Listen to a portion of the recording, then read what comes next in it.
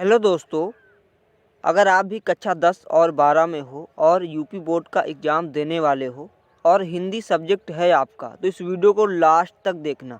आज मैं कुछ ऐसी रचनाएं लेकर आया हूं जो आपके बोर्ड एग्ज़ाम के लिए महत्वपूर्ण नहीं है, बल्कि ये रचनाएं हर साल रिपीट होती हैं। तो आपके भी क्वेश्चन पेपर में ये रचनाएं आ सकती हैं। तो आप लोग इस वीडियो को लास्ट तक वॉच करें और जो भी आपके दोस्त हैं उन तक भी इस वीडियो को शेयर करें ताकि वो लोग भी इस वीडियो को देखें। मैं आपको बता दूं, ये सारी की सारी रचनाएं कक्षा 10 और 12 दोनों स्टूडेंट के लिए इम्पोर्टेंट हैं, बल्कि ये हर साल ही पूछी जाती। जब मैं कक्षा 12 में था, 10 में था, तब भी मैंने इन रचनाओं को पढ़ा था और मेरे एग्जाम में से इन रचनाओं में से कुछ रचनाएं पूछी भी गई थी। तो आप लोग इस वीडियो को लास्ट तक ज़रूर वॉच करें। चलिए वीडियो को स्टार्ट करते हैं।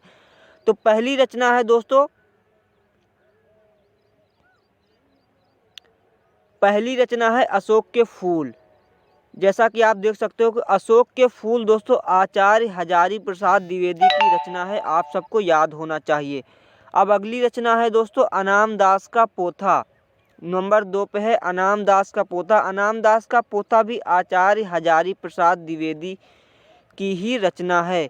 अब अगली रचना है दोस्तों अर्धनारीश्वर।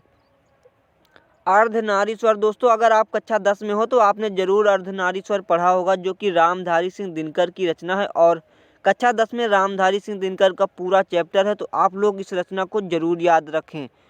उसके बाद अगली जो रचना है वो है आखिरी चट्टान दोस्तों। नंबर 4 की रचना है आखिरी चट्टान और ये है मोहन राकेश की रचना है और काफ़ी इम्पोर्टेंट है, हर साल पूछी जाती है।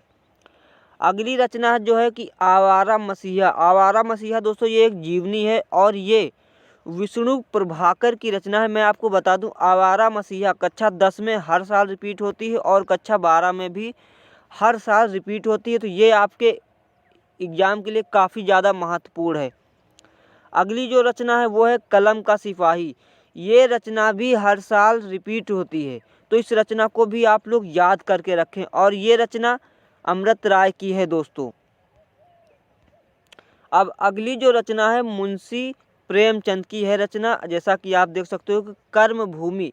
कर्मभूमि एक उपन्यास है और ये रचना बहुत ही महत्वपूर्ण है। मुंशी प्रेमचंद की रचनाएं तो आपको याद होनी चाहिए, कोई ना कोई जरूर पूछी जा सकती है। तो कर्मभूमि रचना के लेखक हैं मुंशी प्रेमचंद।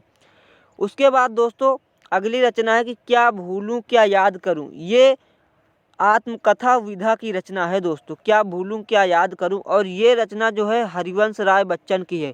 तो मैं आपको बता दूं, इससे संबंधित विधा भी पूछी जा सकती है कि क्या भूलूं क्या याद करूं किस विधा की रचना है, तो आप आत्मकथा लगाओगे।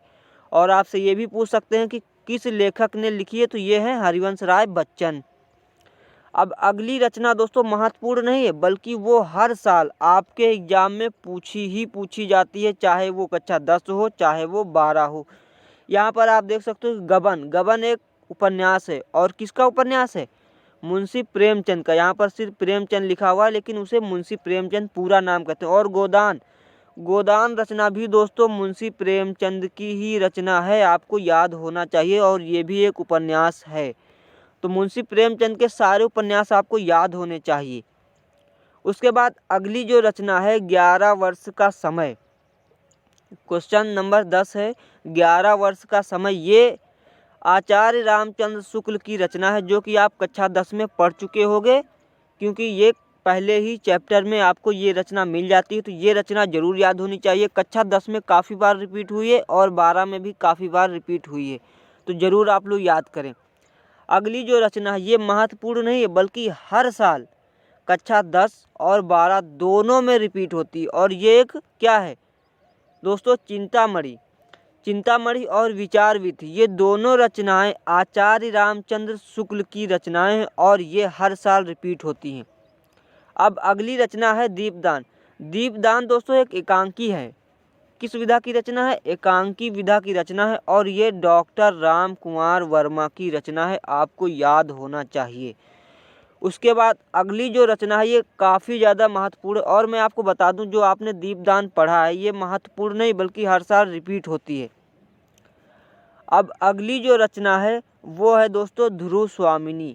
ध्रुव स्वामी तो आपको पता ही होना चाहिए, क्योंकि आपने कक्षा 10 में तो पढ़ ही लिया होगा जयशंकर प्रसाद, क्योंकि जयशंकर प्रसाद की हर रचनाएं बहुत ही महत्वपूर्ण हैं दोस्तों। तो ध्रुव स्वामी एक नाटक है और ये आपके बोर्ड एग्जाम में हर साल रिपीट होता है, तो इस रचना को भी आपको पता होना चाहिए। अब अगली जो रचना है दोस्तों वो महत्वपूर्ण नहीं है, बल्कि आप ये समझ लो कि ये पूछी जानी है। नासकेतोपाख्यान, ये सदल मिश्र की रचना है और ये पूछी नहीं जाएगी बल्कि पूछी ही जाएगी दोस्तों। आप किसी न किसी क्वेश्चन पेपर में ये आपको जरूर मिल जाएगी। रचना बहुत ही महत्वपूर्ण है।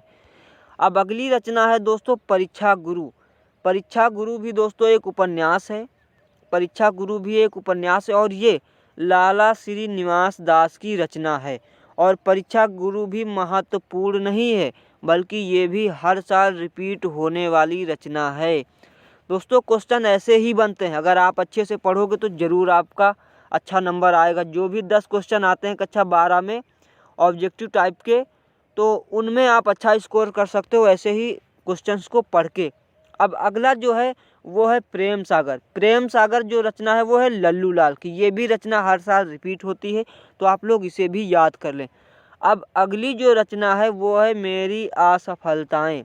ये वो रचना है जो हर साल रिपीट होती है और आज तक कभी ऐसा नहीं हुआ जब इस रचना के बारे में नहीं पूछा गया हो कि यह किसकी रचना है।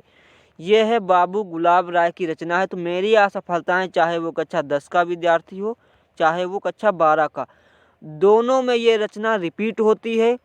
आप लोग इस रचना को तो बिल्कुल याद कर ही लें। उसके बाद अगली जो है वो है रानी केतकी की कहानी। दोस्तों मैं आपको बता दूं, रानी केतकी की कहानी की विधा है खड़ी बोली। ये भी क्वेश्चन पूछ सकता है कि रानी केतकी की कहानी किस विधा की रचना है, तो वो खड़ी बोली। आप लोग कहानी मत लगा देना कि ऑप्शन में कहानी हो तो आप कहानी लगा दो, ऐसा नहीं। ये खड़ी बोली विधा की रचना है दोस्तों। और इसे किसने लिखा है? इसे लिखा है मुंशी इंसा अल्लाह खां। तो याद होनी चाहिए दोस्तों। अब अगली रचना दोस्तों सुख सागर। सुख सागर रचना दोस्तों भी खड़ी बोली विधा की रचना है और ये मुंशी सदा सुखलाल के द्वारा लिखी गई है, तो आपको ये भी याद होनी चाहिए। अब अगली रचना दोस्तों यहाँ पर टाइप करने में मिस्टेक हो गई है, तो आप लोग इसे कामायनी पढ़ना दोस्तों। क्या पढ़ना है? कामायनी। कामायनी दोस्तों एक महाकाव्य है और ये रचना तो बिल्कुल आपको याद होनी ही चाहिए। अगर ये याद नहीं तो फिर आपको कुछ भी याद नहीं, आप समझ लो, क्योंकि ये रचना कक्षा 12 और कक्षा 10 दोनों में हर साल किसी न किसी क्वेश्चन पेपर में रिपीट होती ही होती है। तो कामायनी एक महाकाव्य और ये जयशंकर प्रसाद की रचना है। आपसे ये भी प्रश्न कर सकता है कि कामायनी क्या है, तो कामायनी एक महाकाव्य है और आप लोग जरूर लगाना। और जयशंकर प्रसाद की रचना है और जयशंकर प्रसाद एक छायावादी कवि हैं। आपसे ये भी पूछ सकता है कि जयशंकर प्रसाद किस युग के कवि हैं, तो वो एक छायावादी युग के कवि हैं। तो आप लोग जरूर इस क्वेश्चन को याद करके ही जाना। तो यही थे कुछ 20 क्वेश्चन जो महत्वपूर्ण नहीं है, जो आपके बोर्ड एग्जाम में हर साल रिपीट होते हैं, हर साल पूछे जाते हैं। तो आप लोग इन्हें ज़रूर नोट कर लें और दोस्तों में भी इसे शेयर कर दें, ताकि वो लोग भी इस वीडियो को देख सके और वो लोग भी अपनी तैयारी कर सकें। चैनल सब्सक्राइब नहीं किया, चैनल सब्सक्राइब कर लें और वीडियो को भी लाइक कर दें। कोई सवाल है तो कमेंट ज़रूर करें। जो भी हेल्प चाहिए आप लोग ज़रूर मांगिए और अगर आपको नोट्स चाहिए तो वो भी बताइए, हम आपको नोट्स भी फ्री में प्रोवाइड करेंगे।